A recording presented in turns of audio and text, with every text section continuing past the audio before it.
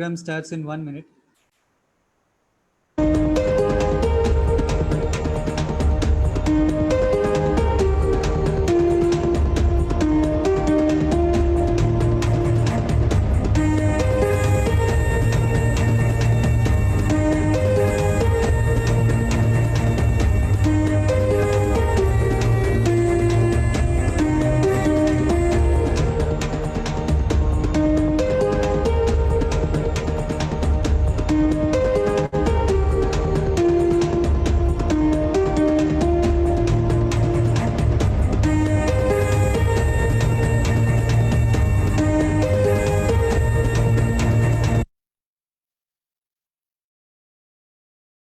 This program starts now.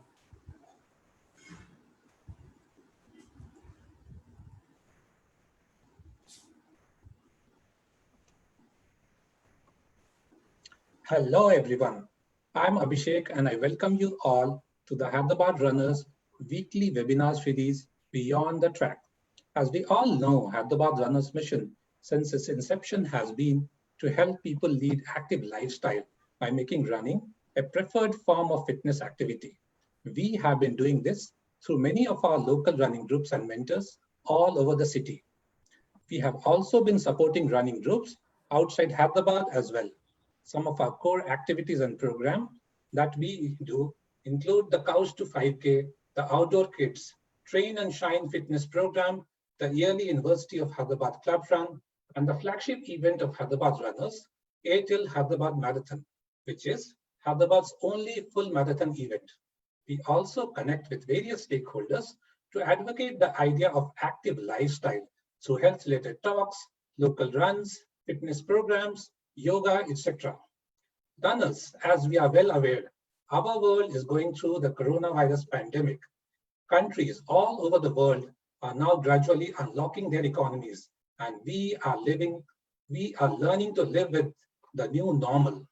It is even more essential that we continue to be extremely cautious to keep us and our families healthy and safe by following hygiene and social distancing guidelines issued by the local government. We at Hyderabad Runners wish you all a long and healthy running life ahead. As part of our initiative to keep you constantly aware and educated in these uncertain and turbulent times, we bring you Beyond the Track, a live webinar series of conversation with some of the highly distinguished experts from running and related sports field to help you all equip yourself with both knowledge as well as practical training advice. In today's 11th edition of Beyond the Track, we are honored to connect you to two esteemed guests and proficient runners, Mr. Richard McDowell and Mr. Anubhav Karmakar. Let me quickly remind you all to be patient in case we run into any network issues, but we will try to do our best to ensure that you have a smooth learning experience. If you have any questions for our guests, feel free to post them into the comment section of this video, and we will try to get them answered to the best of our ability. Without further ado, I would now like to request Srinivas Munapalli, or Srini, as we call him, our moderator for today, to introduce and welcome our guest speakers. Thank you, and over to you, Srini. Hey, thanks so much, Abhishek. Very good evening to all of you, whichever part of the world you're connecting from. Welcome to this session. It's a little different session from the last 10 sessions. We've had some excellent speakers and we've learned a lot over the last 10 sessions. But this session is a really freewheeling conversation with two fantastic athletes who've been associated with Hyderabad Runners for a long time now. We have today with us Richard McDowell and Anubhav Karmakar. Richard is based in the UK currently. Short intro on him: he'd run cross country at school and university, then moved into mountain biking for a few years. Then he was traveling overseas with work, where sport took a backseat until he got into cycling when he was working in India and especially in Hyderabad, and that's where his association with the Hyderabad Runners began. Richard also participated in several triathlons, half and full Ironman races. But then that's when he was doing these triathlons, he discovered that running seemed to have a lot of potential, and he wanted to explore that further. He ran his first full marathon in Hyderabad, and he was on the podium with a sub-3 in 2012 at the AHM. Returned to UK in 2015 and started running with more focus, joining an athletics club, Hercules Wimbledon.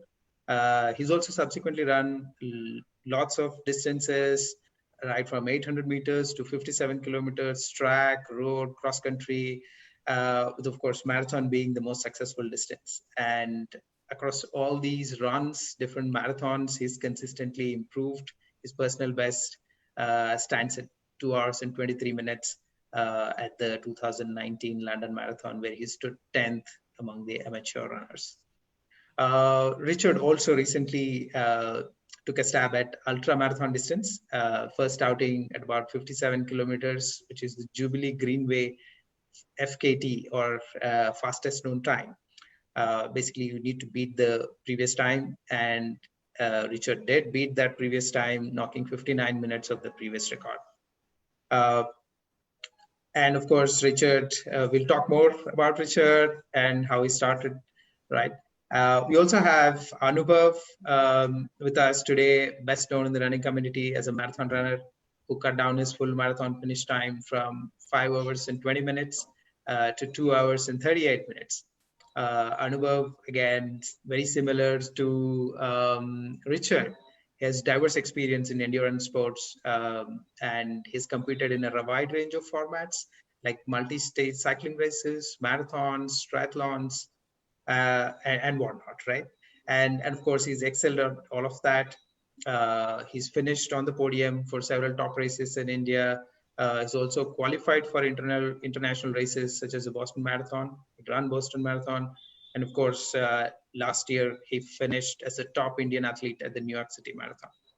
Anubhav is an engineer with a master's degree in business. He was serving Fortune 500 clients for several years before switching into a full-time coaching career to delve deeper into the world of endurance sports and of course, help recreational athletes realize their potential. So without further ado, let's start our conversation with them. There's a lot to learn from these two fantastic athletes, and also we'll try and understand, what drives them to perform at that top level. Hey, so we'll start with Richard. Hey, Richard, how are you? I'm very well, thanks. So, Richard, wanted to understand, how this all began for you, right? And to be able to perform at that level, when did you realize, you had it in you to perform at that level? Well, it's been a progression. I certainly didn't start out being a particularly impressive, but I brought a bicycle with me when I moved to India for work, and I was doing quite a bit of cycling with the Hyderabad Cycling Club. And then Sunil Menon, he was starting to train for his first half Ironman, and he wanted someone to train with. So I was more than happy to join him as a training partner. So he got me into the pool for swimming again, something which I certainly do not excel at naturally. And I started running with him as well. And when I started, so then I started with triathlon as well. And when I started triathlon, I automatically assumed that my strength would be on the bike, given my cycling background. But I soon realized that actually I was a stronger runner. And then I just put a bit more application into running. But it was very much still triathlon when I was in India and a little bit afterwards. But when I moved back to the UK, triathlon is just very time intensive and very complex in terms of training all of these different disciplines and actually racing, making sure bringing all your equipment, and it's quite expensive as well. Whereas running, all you really need is a pair of shoes, and you could turn up to a race half an hour before, pay a small entry fee, race your heart out, and you're done, and you've got all the rest of the day. It only takes up a small amount of your time, whereas a triathlon, often they're abroad, they're a weekend at any rate, if not a full day. So running was just so simple, and I could integrate it into my lifestyle. I could run to and from work. I can't swim to and from work, even if I was able to, I wouldn't be able to, because you can't get anywhere swimming really. Whereas cycling and running just lend themselves to my lifestyle, and I could easily add more volume to my running just by doing more run commuting. So it's been a slow progression. No, sure, we understand, Richard. So Anubhav, coming to you, I know it's a little contrasting beginnings for you, given your background and how you got started. So when we look at your progression, what do you think? So how did it start for you, and being able to perform at that level? Yeah, I just heard, Richard's journey for the first time. Actually, I did know a little bit about it. So although I kind of thought it's contrasting, but then I also noticed few similarities, which I'll come to. But how I got started is where I think the highest amount of contrast, right? Because up until 2011, I was obese. I was, the doctor had told me there was fatty infiltration in my liver.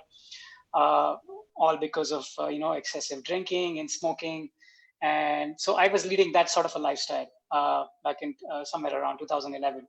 And 2011 is when I decided, I just want to focus my attention towards my health, and that's when I started working out in a gym, and I started taking care of my food and things like that, right? And that my most basic motivation was to stay fit. And so when I moved to Hyderabad, for my first job, I was actually continuing with that process. I was recreationally playing tennis, but on and off. The issue was you are dependent on a partner, right? And even though I would always turn up on court, sometimes a partner would not turn up. And then I just found it, that there's just way too many factors coming into the picture. And so at some point, I decided to buy a bicycle. So that's where I think there's a similarity, because I got into endurance sports through cycling, basically. So I picked up, a mountain bike just so that, because it's something that you can do by yourself. And then eventually I met a few riders from Hyderabad Bicycling Club, and then I would go on for these weekend rides. So it was more of a weekend activity. That's how I got started. And Anubhav, I just brought up your 2011 pick. So I could remind you of yourself in 2011, and to our viewers as well, to sort of see your transformation from 2011, and then your beginnings, as well as and of course there is no looking back. Yeah, so go back to 2013. 2013 is when. I wanted an alternate activity. So I started cycling. So I initially started cycling, and then through the cyclists, I found out about Hyderabad Runners, because some of them were also into running, right? And so I decided to one fine morning to check it out. I just wanted to join a few people for a run. And I think that night or early in the morning, it almost seemed like night, because I think 4:30 a.m. for me, that was night at some point. But I realized that some people do start off at 4:30 or 5 a.m. And I guess I met up a bunch of runners that day. And I think there was Romil and Shankar and a few other runners who were there. And that's how my journey started off. And that's the day when I learned about marathons. I only knew that marathon is something which lasts forever. That was my definition of marathon. I really did not know what format it was until that day. During breakfast, when people told me that they trained for 42 kilometers, 21 kilometers. And for me, it was a shocker that, that recreational athletes could actually go ahead and do something like that. So it's not until 2013, I had no exposure to, recreational endurance sports. And that's how my journey started off. And that year I did my first full marathon. But of course, I wasn't well prepared for the first full marathon. And I think I made many mistakes, and I've kind of learned from those mistakes over the years. And I learned the importance of, being systematic and following the structure through that process. And over the years, of course, every year that I've been with Hyderabad Runners and with AHM, I've, 1 year I ran a full, then the next year the half, then I paced the full, and then paced the half, and then the other years I took up other roles, in the organizational effort. So that's how I learned about the whole world of. I got such a multidimensional exposure to, racing as such and events. And it was a fantastic experience, and that's how those years went by until 2017, when I decided that I wanted to delve further into the sport. I wanted to spend more time. I just realized that the purpose of everybody out here is to serve somebody, right? So I just thought that I had developed a knack of understanding how to go ahead with it's in a way I treat it like human engineering, that there is a way to engineer humans to perform better, and that's something that really interested me. So went from consulting people and helping companies transform their supply chains to helping people transform themselves and become better runners and achieve their potential. So that was the whole idea behind that career switch in 2017. And all these years I was also, because I was cycling and running, so I also, until 2017, I also dabbled in triathlons, but I wouldn't say I put in a lot of focus on triathlons. I just, I did a few events, I enjoyed it. It was my first time, going into open waters. I learned the trades of the tricks of the trade. I did Ironman Turkey and I think Vietnam, Colombo. So I got the experience of swimming in these different oceans. So it was fun. But at 2017 onwards, I think I started getting a little more focused towards cycling and running. So I was kind of splitting my time. I was doing a lot of these races. I was doing multi-day tours. I did the Tour of Friendship, which was a multi-day tour. But I think I was still more of a cyclist, and I kind of was enjoying that phase. I was kind of enjoying doing a lot of bulk of cycling. And it was not until 2018 really that the focus shifted towards marathons and running, right? And I think I started that by signing up for Berlin Marathon. I think it's only after Berlin that I realized that this is something that I would want to pursue, right? Along with cycling, a little bit of cycling. And it was a first World Majors experience, and that experience actually had a lot of effect because it gave me a lot of exposure. And it's my first race. Actually, it was also my first race outside India. So I had done a lot of triathlons outside India, but this was my first international run really. And that sort of, I think, had an effect on me. And so that's when I decided, that I'm going to try and improve,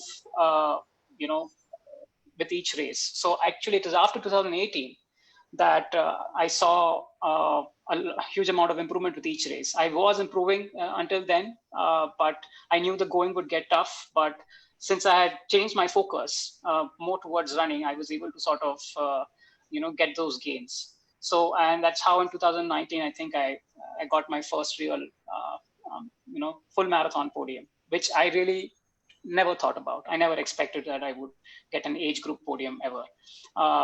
And I think all of that has sort of motivated me. And of course, then, I qualified for Boston.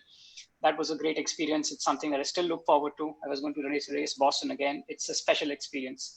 I mean, I didn't do it just for the sake of, ticking a box. It's something, out of the world for me. And I would like to keep doing it as many opportunities I could and I can afford to.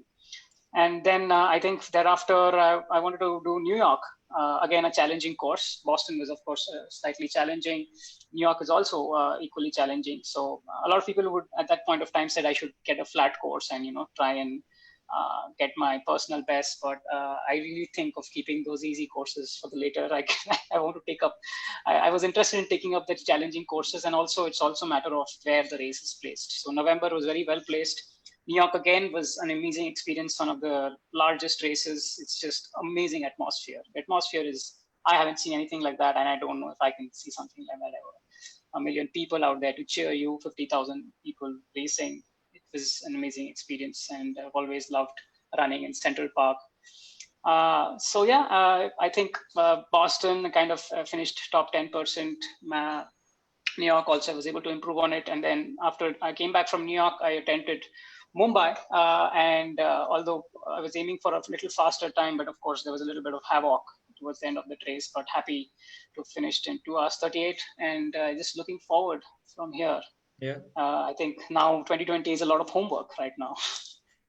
Absolutely. If you call 238 havoc, I don't know what we should call our time. The last 6 kilometers. So we will consult the dictionary. But thanks so much, Anubhav, for that. And staying on with you, Anubhav. The next question I have for you is, when we look at this, right? We talk about Kenyans, right? They have and there is always a discussion, do they have that natural ability? Why are they so fast? Of course they train really hard, but then there is something physiological as well. I know that there is always a discussion to that side. So what do you believe in? Do you see that a physiological traits of a person versus working hard? Is it that plus this coming together, or can just somebody who's really working hard can also perform at that level? How do you see those two aspects? So my mindset is always, I like to look at competition. I like to chase competition. At the same time, also very inward looking, right? My mindset is always that, it does not matter if I'm gifted or not, because I love doing this and I'm interested in getting better. So you can definitely beat yourself is, my mindset. Like I never thought about anything like a sub 3 or this, and I still don't think about, what my ultimate goal or dream would be in terms of running. My goals are always short term. It's always like, I just want to get better than where I am today, right? And that just keeps me very satisfied and happy. And I think that is very important, especially from a perspective of a recreational athlete. That is, I think, what helps you sort of sustain the journey, right? Instead of chasing somebody else's goals or wondering whether I'm gifted or not. So, but also looking at myself, like if I was to assume that I am gifted, right? Then why did I finish my first full marathon in like 5 hours, 20 minutes, which in no ways is exceptional, right? So it just points out, it just shows that if you follow the process, right? And if you are consistent and if you're disciplined, right? The experience can be completely different and the result can be completely different. So it's not a question of whether, if I was in Kenya or in some other part of the world or in South America, if I was born in the hills, would I be better? I always see sometimes competitions from the hills, right? They live in altitude and they obviously forget being genetically predisposed by virtue of living in those areas. They have an advantage because of the altitude, right? But there's no point wondering about it. Like I have to live with where I am. I live on a flat land. I live in low altitude. So I've got to do the best of what I can, what I have. Yeah, absolutely. So Richard, coming to you, what are your thoughts on that? I know, your first full marathon was a sub 3, right?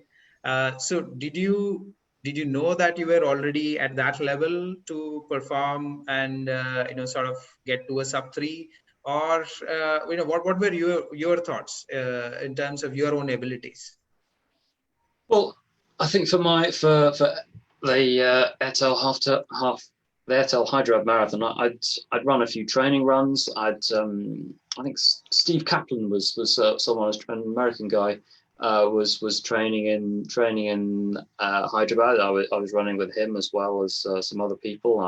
I seem to remember going on I think it was a 28-kilometer run, which we ran in under 2 hours, and I thought, well, that felt okay. That's 2/3 the distance in 2/3 of the time. So 3 hours seems like a nice round number to aim for, and a sensible goal. And it all came together on the day. I think Hyderabad isn't a particularly easy course. It's net uphill. It is hilly, so it's not the easiest marathon to start off with, and it's always humid as well. I think we were lucky a bit with that day because there was a bit of a rain shower to cool us down. But I still remember I was very surprised. that I started off and I thought, well, I'm going to run about 4:15 per kilometer, and that's what I set off at, and that's what I evenly paced at. And a big group of people disappeared off around the lake to start off with. I thought, okay, that's fine. They're running their own race. I'm aiming for 3 hours, and that's what I'm going to try and do. And then I just gradually passed people, and more, and a few more, and a few more. But at the end, because of the half marathon finishes in the same place, I was in amongst all these half marathoners. I had no idea where I'd finished it. I didn't find out that I would come second until they were announcing the podium. Yeah, absolutely. And we also have, I heard a great story about how Chief and others sort of push you on to do the 2012 Airtel Hyderabad Marathon. So what about, your own physiology, Richard? So did you always think that you were an active person since childhood, as you mentioned, but did you always think that you could perform at this top level, or when did you have that realization, or was it a gradual process? Well, I must admit, running wasn't really at the back of my mind until I started running in India, and I was in India for 5 years. And I started running towards the middle of that. Picked up triathlons about the same time as I started running there. So I'd done some competitive mountain biking and some competitive cycling. I knew I wasn't exceptional by any means, and I'm generally fairly skinny. So I think that helps. I'm sort of naturally predisposed. My natural build lends itself towards running. Obviously, it's not just being skinny that you need. I think one thing that's interesting with Anubhav's journey is his first marathon. What was your weight in your first marathon, do you think, Anubhav? Must have been in the 65, 66, I think. And what is it now? So my race weight now is like 53. So you've dropped a good 20% of your weight. Yeah. Something like that. So, whereas my first, I think I was 64 kilos or something for my first race, and I'm now 60. So I've lost a little bit, but my journey in terms of physiology hasn't changed very much in terms of losing weight.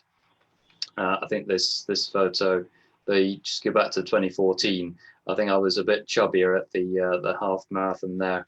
I'd been in a rather inhospitable part of India without any training partners for quite a long time, living in a hotel. I came back to Hyderabad for this half marathon and struggled with a few extra kilos and not so much fitness. I think you can probably see the shape of my face is a bit different there. But it's been a gradual process. I don't think I made any particular great leaps in India, but when I moved back to the UK, I joined an athletics club, and immediately I was surrounded by some pretty gifted athletes. The club president, there was a newsletter actually recently. I'll just read you some of his PBs. This is the club president. In 1982, he set his 1500 meter PB of 3:39.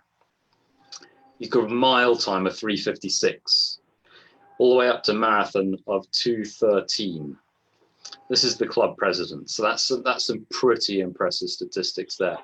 And a mid 2:30 to 2:40 would just be a typical marathon time that just a marathon runner in the club would deem normal.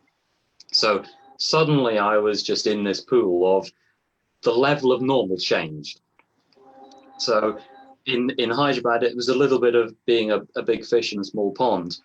A 40-minute 10K would be very good in Hyderabad, but that would be very much towards the tail end of the club races in the scene in London.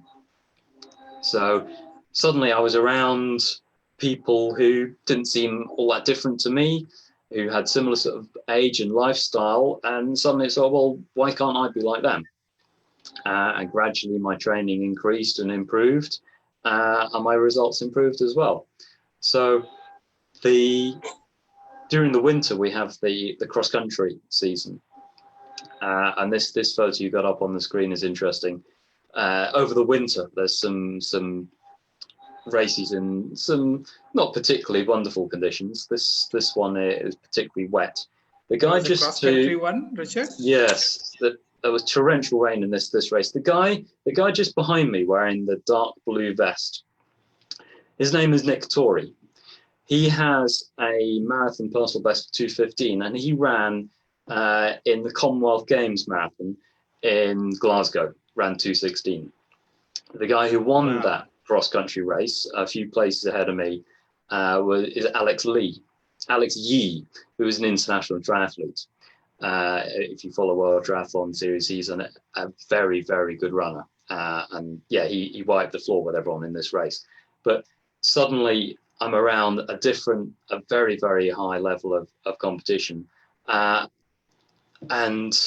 this is just the norm. So I've had to raise my game to just be in the midst. Yeah. So I think it's an interesting view in the sense that, Richard, from your point of view, where you were competing and where you were training sort of had a great impact on you, to move that, get to that higher level, perform at a higher level. Whereas, look at Anubhav, his view is around, hey, look at his own personal performance and see how he can train. Of course, by way of his participation in international races, etc. So he's seen what is out there, how people are performing at that level. So really, when you look at it from a physiology standpoint, and how you train, and of course, when we look at your pictures itself, Richard, you look a lot more leaner, right? 2019, this picture here, you look really, really lean and in shape, compared to, let's say, 3-4 years back, the other pictures that we've seen. So I think both those aspects make, sort of contribute to that high level of performance. If I would kind of summarize that there. But moving on, in terms of being able to perform at that level, right? Sub 2:30 is a tall ask. In any, even if it's a flat course, best conditions, doesn't matter, but you'll have to do that. So what are the different things that you look at, right? From where you are, whether it is training, nutrition, or your own mindset to perform at that level. What are your thoughts, Richard? How do you approach that? Well, obviously, joining athletics club, I haven't immediately gone to a 2:23 marathon. It's been a progression. So my first UK marathon was a 2:52, and then I did a 2:42, and then a 2:40, then a 2:35, then a 2:37, sorry, 2:27, and then the 2:23, and I've done a couple around the 2:25 as well. So it's been a gradual progression. And one thing for me that's been key has been increasing my volume, my training volume, and the running I do every week. Now, for me, that's actually been quite convenient for me because my office is about 20 kilometers away. So I can easily run to and from work. I don't necessarily do the whole distance because I can jump on and off a train where convenient, but I would frequently run all the way home. So a typical afternoon is a 20-kilometer run home from work on undulating trails. So it's been quite easy for me to integrate increased training volume into my life.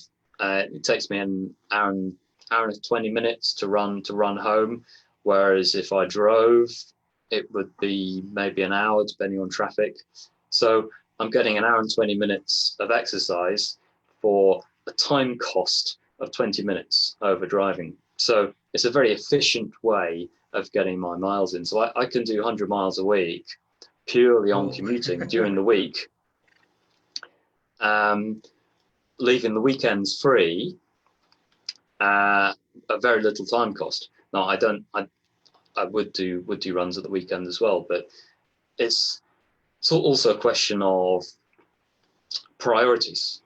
So along with, if you wanted to get 100 miles a weekend, you also probably need to sleep a bit more. You need to get to bed early. So your rest and recovery is important. So you need to take a bit of a holistic view, and you can't just suddenly start doing it.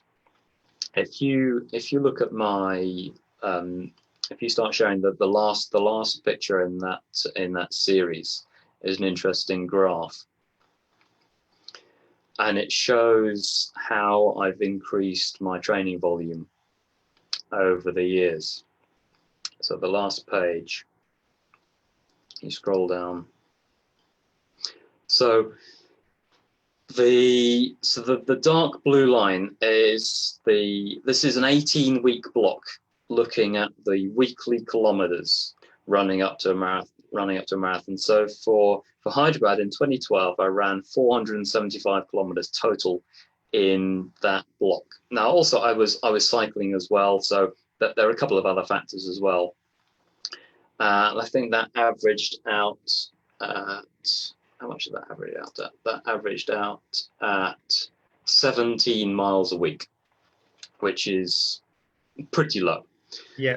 Now for Edinburgh, which I think is a faster course where I was doing a possibly more focused training, but still very little. I was cycling to work a lot more. I did actually slightly less. I averaged 15 miles a week. But then my first London, I increased a bit. First London was 18, but then Bournemouth 2016, I doubled my training volume. So 528 kilometers was then when I ran 240, I was running 32 miles a week. So I've increased, built up and up and up. So between Bournemouth in 2016 and Bournemouth in 2018, I more than doubled my training volume. And then for London 2019, which is the top graph, I ran nearly 2,700 kilometers in that 18 weeks, which averages just under 100 miles a week.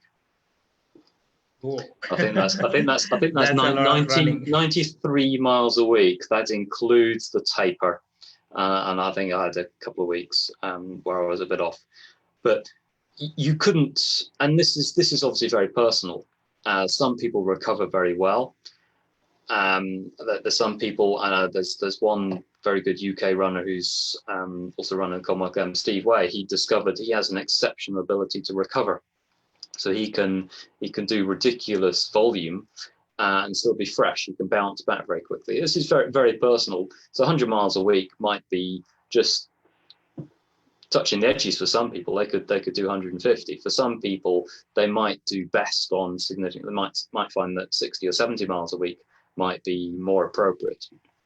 But This just shows the progression from in seven or 8 years, from little bit of light running to actually it being quite central and being a very high priority, and something I've taken quite seriously.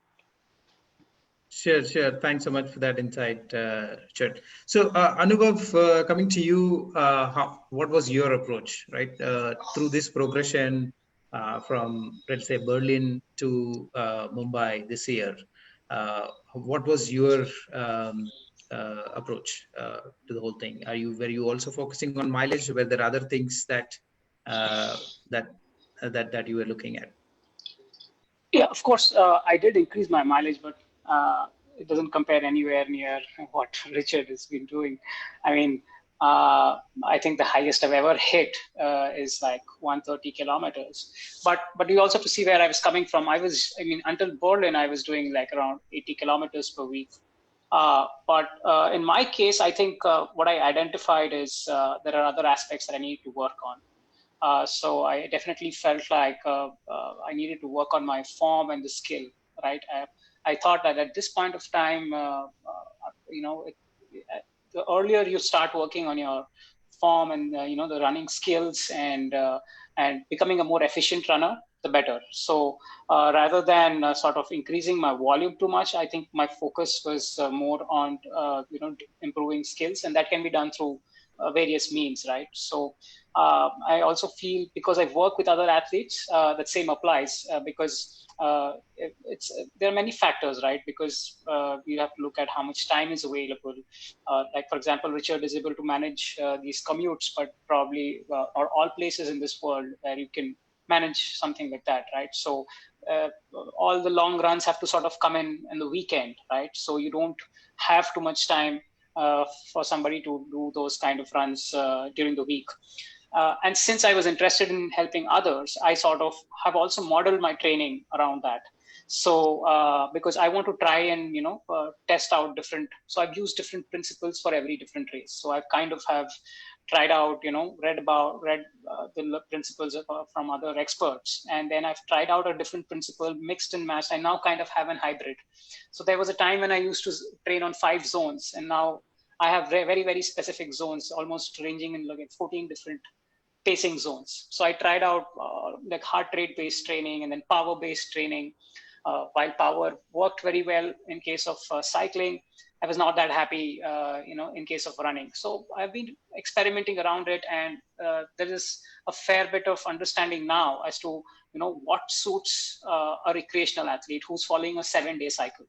I would have wanted to try a 10-day cycle. Maybe I'll do that someday in the future. But so far I've just stuck to 7-week cycles because my other interest is to find out, what can work well for a recreational athlete. But for my own sake, for when I was training for New York, I sort of increased my mileage to 130 kilometers at the peak, which I never thought I could do, or I never, in the past have tried to do. So I think so far I would say that I have moved from low mileage to medium mileage, considering what one would want to do for, let's say, somewhere around 235 or 230 target time, right? So but I definitely see that sort of I will try and increase the mileage. I think volume is also an important aspect, but since I've also been cycling, so that also sort of absorbs a little bit of the time and the stress. So the other important thing is, apart from volume, I also have to look at overall stress, right? Because that is what is important. Because essentially, any sort of training is a mix and match of stress and recovery. So if you're not recovering, the stress is useless, right? So yeah. So I've always looked at a good mix of stress, and stress can come from trying to improve your form by doing intervals and repeats. Stress can come from doing cruise intervals, right? So if you just look at kilometers, it's not good enough, because if you have been exposing yourself to high intensity, obviously your stress goes up and you cannot take in as much volume. So I've been playing around that and kind of understand from looking at an athlete, like what stress profile they can handle. Of course, your ability to take stress as you start off is pretty low, and then with more experience as a runner, your ability to handle stress increases. So that is the constant that we have, really, like how much stress can an athlete handle, and how much and whether he's doing enough to recover from that stress. So absolutely. I think that is the basic fundamental. Yeah. Two great points, I think, from Richard and you yourself, Anubhav. Well, one thing I probably ought to expand on is the fact that I haven't just been purely putting on volume. There's been a bit more in the way of just adding volume. One thing I've realized is polarized training. So your slow runs, your easy runs are really easy, and a lot of your miles should be really easy, whereas your hard runs should be very hard. I think a lot of people fall into, and I was absolutely guilty of this myself. Just my runs being sort of in the middle ground. You get tired, So yeah, you might feel, yeah, that was quite a brisk run, or yeah, that was a good run. But what physiological benefit have you actually gained from it?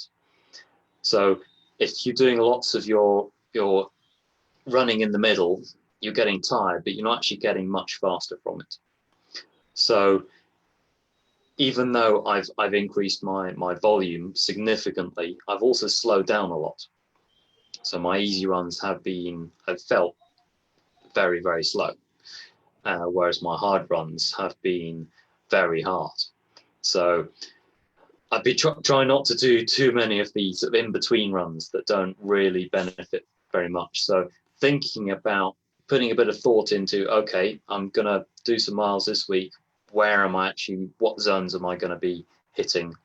And making sure you're using your time efficiently to get greatest physiological benefits from your runs. Absolutely. I think that's an awesome point, Richard. I think I think there's always a discussion around those junk miles, right? Where you're not getting any benefit out of them, neither an aerobic benefit nor, as you said, polarized on the other side, you're not getting any benefit. So I think that's a great point for everyone to watch out on. But staying on that technical aspects, right? I know we've had some great conversations in the past weeks with experts coming and talking to us.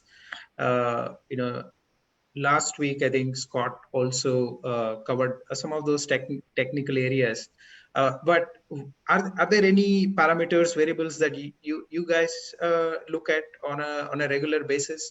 How does when you are performing at that level, what do you look for? Are you Anubhav, you mentioned heart rate based training, power based training, right? Your lactate threshold, right? So what are those areas that you're looking at constantly? One thing I find is a useful indicator is heart rate. So I remember specifically running home from work, a reasonably, wasn't a particularly hard run, but I think I ran home at sort of 1 hour 20 half marathon pace. And I think my average heart rate was 125.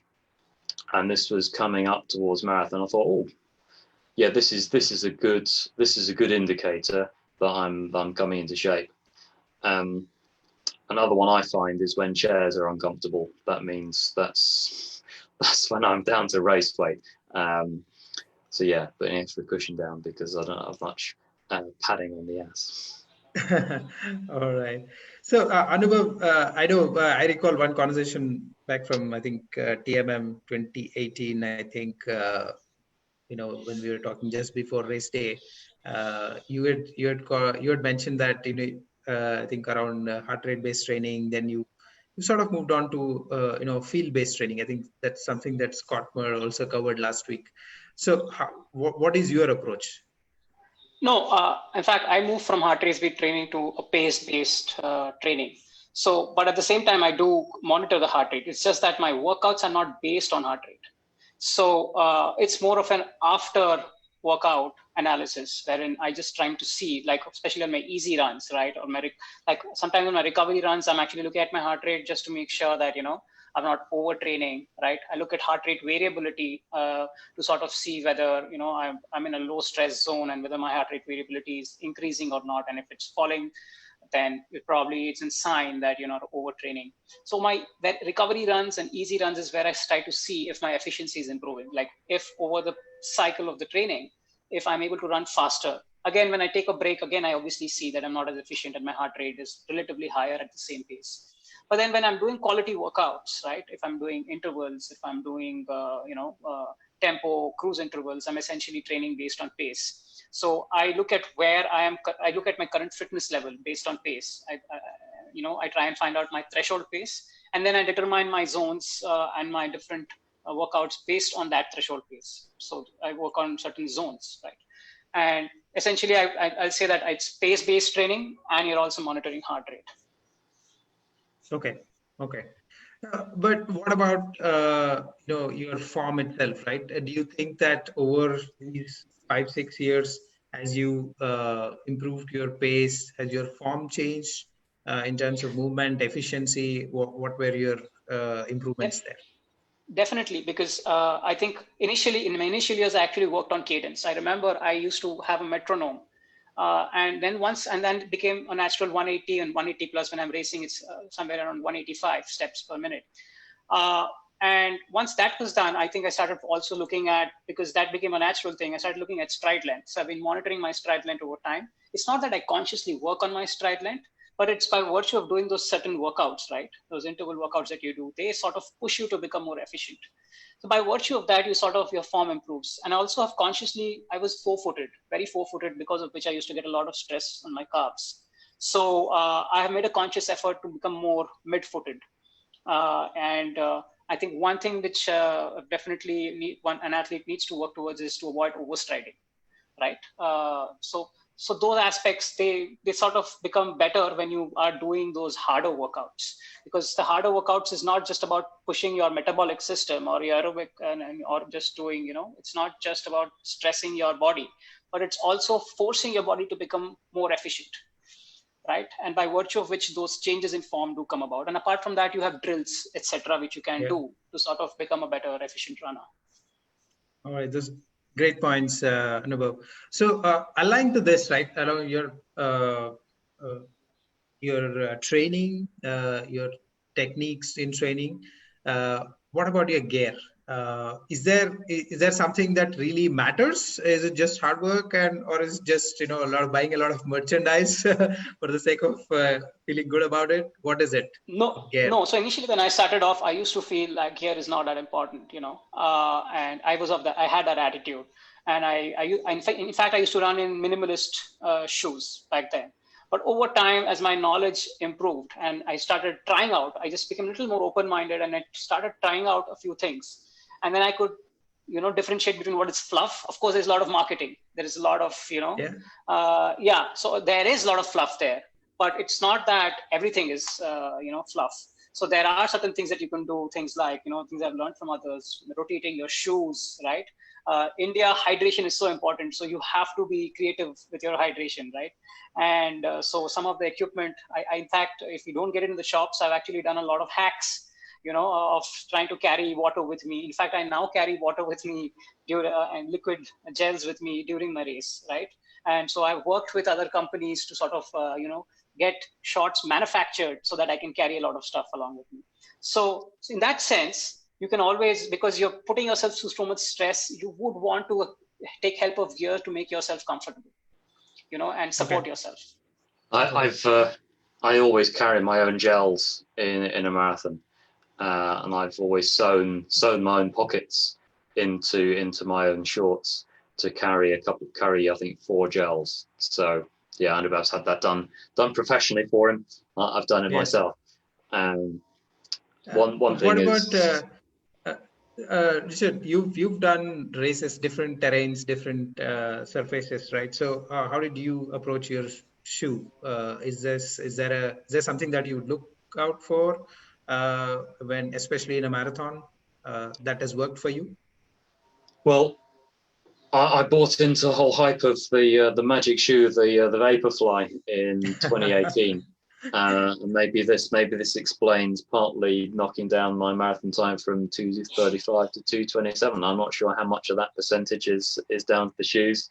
I bought a pair of the original 4% shoes. Wore them for a few years and did a variety of distances in those. So I think I've got a few pairs of those, and I think some of it is psychological, and I think you actually do adapt to the higher stack height that they offer. So yeah, a carbon plated shoe with some magic foam does make a difference, and I think one of the differences might not necessarily make you faster, but you will get to the end of the marathon feeling fresher. So I remember I was running in minimalist on shoes, and the soles of my feet would be sort of bruised at the end, and I would be walking around very gingerly for a few days. But once I switched to Vaporflies, my feet were absolutely fine afterwards. I was feeling fresh at the end. So yeah, they're expensive. Does it mean that you're not playing a level playing field? That's debatable. And about what do you think of the Magic shoes? No, I definitely agree with you in the sense because I was also running on before that, and I kind of have like I've realized that stack height and the cushioning really. I mean, I don't know about the plate, but the cushioning really reduces the muscular fatigue because I was able to finish a race and then go back to running easy again, whereas it would be difficult earlier. But it's difficult to say how much of it has come from this adaptability to stress through a lot of training versus shoes. But I think the important aspect is that shoes do matter even in training, not just racing, because there's the whole concept of rotating shoes. So now I now have specific shoes for specific days. So we have easy days shoes, and then there are shoes which I use for threshold workouts. So because certain days you don't need a fast shoe, or when I say fast shoe, it means like a shoe which has a lot of pop in it, lightweight shoe, right? I would rather have a very cushioned shoe on my easy day because I just need to be because I'm just accumulating time on legs. So it does not matter, what I need really is something which is comfortable.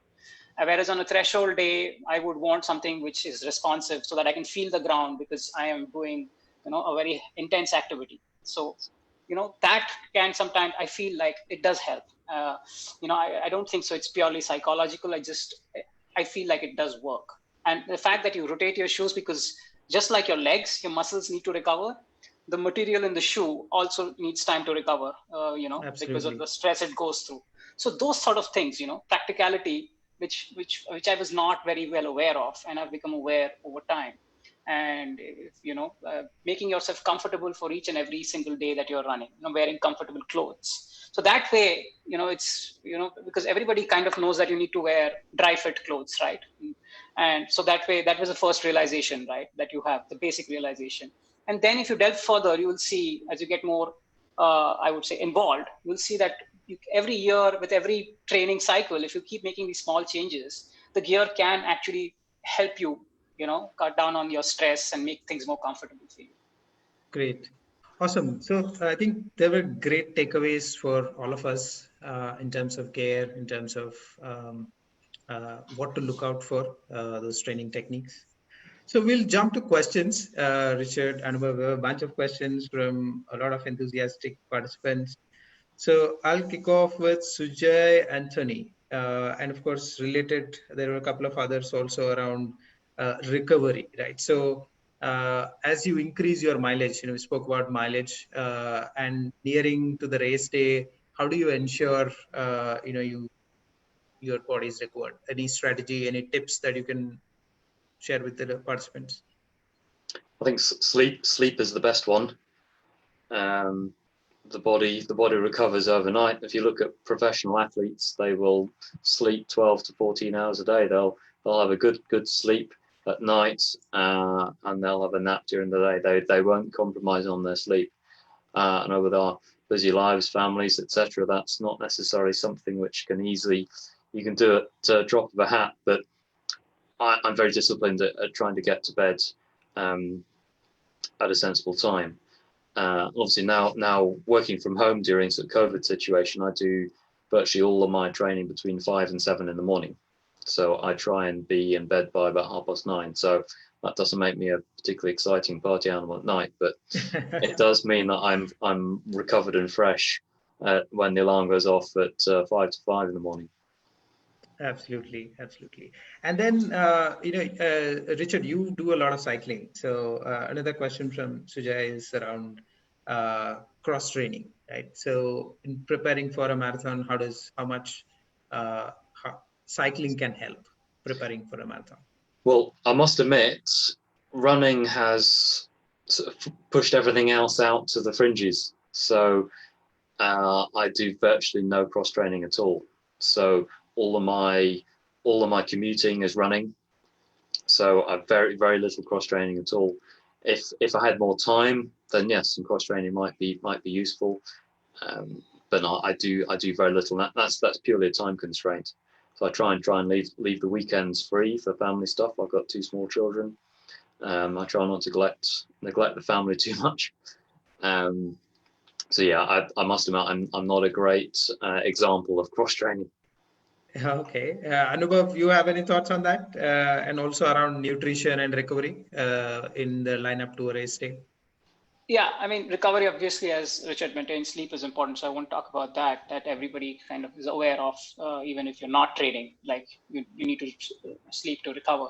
I think other aspects is like everybody has, certain problem areas, and that could arise from anatomical, for example, I have one flat foot. So I kind of know that there's a certain, my shin on my left, the one which has a flat foot is way more taxed because because because of the way I run, because of the flat foot. So you have to be aware of those things, and you need to take extra care around those areas. So I'm particularly more conscious about that part, and I'm making sure that I'm self massaging, right, and foam rolling regularly, right. So that can also aid the muscular recovery, because sleep does it will do the overall recovery, because there's so many different aspects, right. Because sleep is when all the physiological changes will happen, right. So those changes obviously need to happen, but then there is an extra amount of care that you might have to take around your problem areas, right. So if you have hamstring issues, then you probably want to do dynamic stretches, more of dynamic stretches before you start, and then some stretches after you finish, and then foam rolling and massaging those areas. So that's another additional thing that athletes can do to recover better. And when it comes to cross training, honestly speaking, if you want to become a better runner, the more time you dedicate to running, the better, right? But then again, the big question is, how much volume are you handling? Certain people might be doing a volume wherein they have a day free for cycling, right? So they might be training 5 days a week. So then you could have that sixth day, you want to do an activity which does not stress your running muscles. At the same time, gives you something to it works on your aerobic systems, right? So you don't stress your running muscles because you can't handle enough more of that muscular stress anymore. Your current running experience or training experience doesn't allow you to do that. So in those cases, it's perfect, because you can do that activity. So when you say recovery, right, recovery rides or recovery runs, it's not like they aid recovery. What they do is they help in adding volume while not affecting the recovery which is naturally happening. Okay. So that's the Okay. yeah. So I think that's a for great me, point. Yeah. yeah. So for me, because I like to cycle, so that is why, even though I know that I could be a better runner by doing more running, but the thing is, I just enjoy cycling, and I don't want to give up that activity. So it's for that reason that I still continue to cycle, right? And there are phases. In fact, in June and July is a phase where after April, and May, June, and July is more cycling heavy for me, because that's the time I'm taking off from running, and so I kind of enjoy going out and doing longer distance cycling, and that allows me to go further away, and so those are the different factors. So you could actually bring in cycling from a seasonal perspective also, when you're taking your off season. Yeah, absolutely. I think when you love to do something, I think that also helps you with the positive frame of mind, right? Mental like burnout is avoided. Yeah. So we also have a question from Bhanamurthy on any recommendations on race weight. Is there any guideline on that in terms of how one should be prepared? It's a bit of a can of worms, that one. You don't see any fat Kenyans at the front of a race, do you? What's Elliot Kipchoge weigh? About 47 kilos or something. I know for me, 60 kilos is pretty lean for me. You've probably seen through the photos that I've got leaner. Even if I haven't necessarily lost much weight, I've got leaner. Yeah. So I think I read somewhere that 1 pound of weight costs you 2 seconds per mile or something like that. Something like that. So excess weight does slow you down. But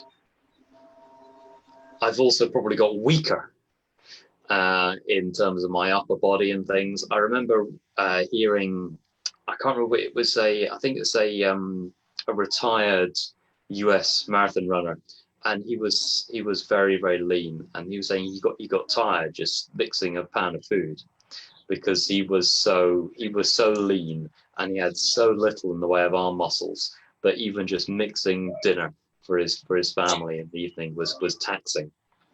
Okay. And now he's retired from running. He's actually become a sort of bodybuilder, and he's had a massive change. And he's really enjoying being strong, but yeah, lean.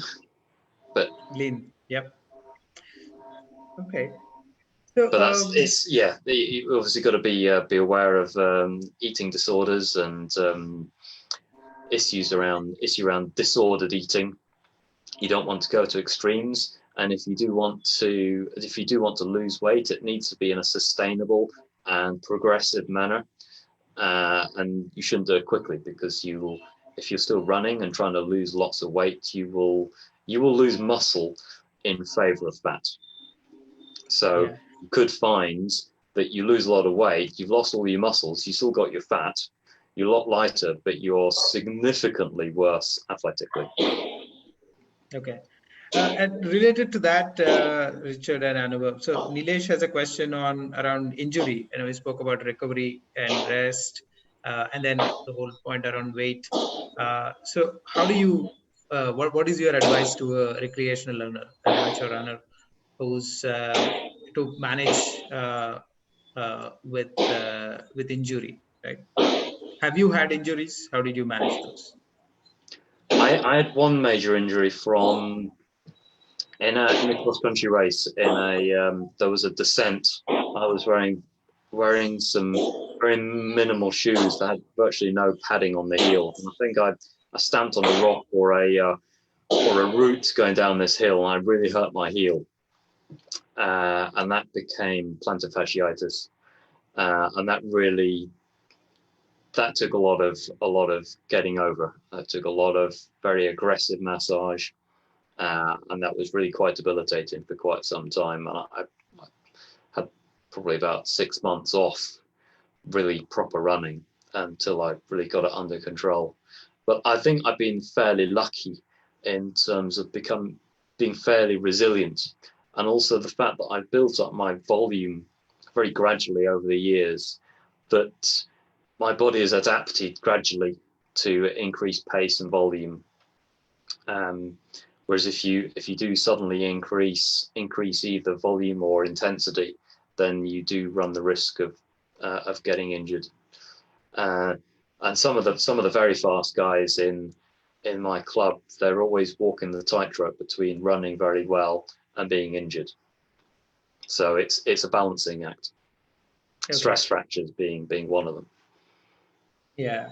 And Anubhav, you are coaching quite a few people now. What would your advice be to them? How do you manage their training, when they have some injury, right? Right. So my advice before starting off with anybody has always been that your body is more important than your coach. So listen to your body first and then your coach, right? So I believe the whole system is like, there are two systems of guidance, right? I mean, even if you're self-coaching yourself, your plan is guiding you, right?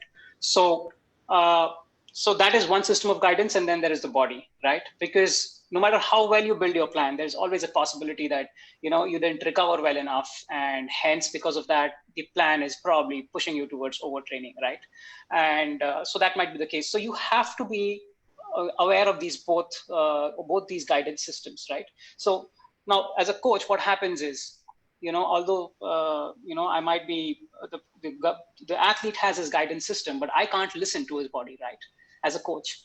So that is where effective communication becomes very important, right? And first of all, the athlete themselves have to be conscious of what's happening to their body. If they're becoming, if they're developing niggles and all, so they have to listen to that, and then they have to communicate that so that can be factored into the plan, right? So obviously you have made certain assumptions while making a plan, but again, you have to remember there are assumptions, right? And factually, when you are actually going about the plan, there could be differences and there could be some discrepancies. So it's important to listen to the body, right? And I feel like a lot of injuries happen because of poor niggle management. I've never really had an injury apart from sprains from a pothole, accidental sprains and things like that. But that's to say that I've not had niggles. I've had shin splints and things like that. But the thing is, when I experienced that, I've always stopped. I've stopped in between the workout and gone back home, because I know that once if I continue on this, it just becomes worse, and it's not quality anymore, right? And then there's also the risk of it becoming a long-term problem. So I've always been a cautious runner, right? I get spooked out very easily. So whenever I have a tight muscles, even though I might have a longer workout, I just cut it short, because I'm experiencing that, muscular fatigue, which is a little more than what I would be comfortable with. So that's why easy runs, recovery runs, I listen to my body, right? Although my pace zone or heart rate zone might indicate something, but I will just go by feel, because those days are just about, time on legs. So if you follow those principles, it to a great extent it allows you to avoid injuries. Yeah, I think the mantra is listen to your body, guys, and then take care, right? So and plan your training accordingly. So just going back to one last question from Arun. So his question is on how do we manage and plan taper towards the race day, right? Are there any tips? Are there any general guidelines that insights that you want to share? Well, I've been following plans in advanced marathoning by two guys, Fitzinger and Douglas.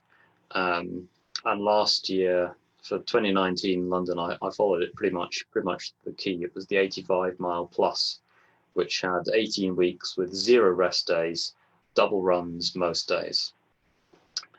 And the taper, it's a 2-week taper, but it's not a very aggressive taper. You do lose volume, but you do keep intensity.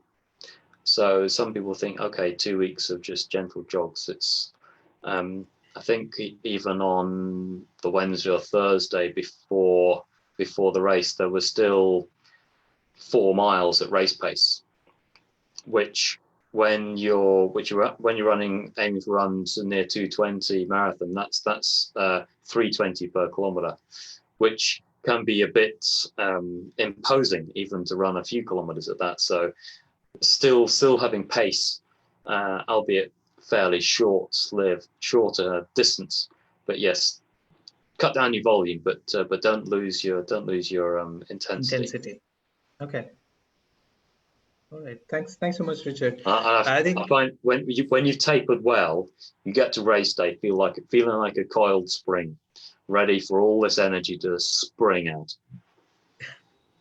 All right. Anubhav, you want to add anything before we typically people want to know whether, how long to taper. So I would say somewhere, it depends. I taper for like 2 weeks. In the past, I've tapered for 3 weeks. A lot of athletes, I recommend tapering for 3 weeks. And as Richard said, it's important to sort of, it's a progressive volume. The volume comes down, but it's basically, again, the same principle. You bring down the overall stress. It's not just bringing down the volume. So even with the intensity, it's again, you have to see what you're capable of doing. So you have to make sure that your overall stress level is going down. And I think the last week is mostly easy runs for me, at least, like the entire week, because you also have travel. If you're traveling to a different city, right, or if you're traveling to a different country, so those factors also come in. So if it's a local race, then it's not a big deal. But if it's if you're traveling internationally, then there are days which will go off, right? And then you want to don't want to do something hard or intense in a new environment, right? Yep. So it's better to play safe. Maybe you lose out on something like by not doing the intense stuff, but I think it's better to be safe than sorry, especially for an important race. So the last week is really easy. All right. Thanks so much for those insights, guys. One last question from Sandeep Krishna to Richard. When are you relocating back to Hyderabad? Yeah, I'm not sure that's happening anytime soon. I don't think my wife would be delighted to hear that. But I had a happy 5 years in India. All right. So we look forward to seeing you back in Hyderabad, Richard. So, and thanks so much, Anubhav, Richard, for this fantastic session. Lots of insights, lots of takeaways for every one of us. I will hand this over to Sam now for his quick word of thanks and summary.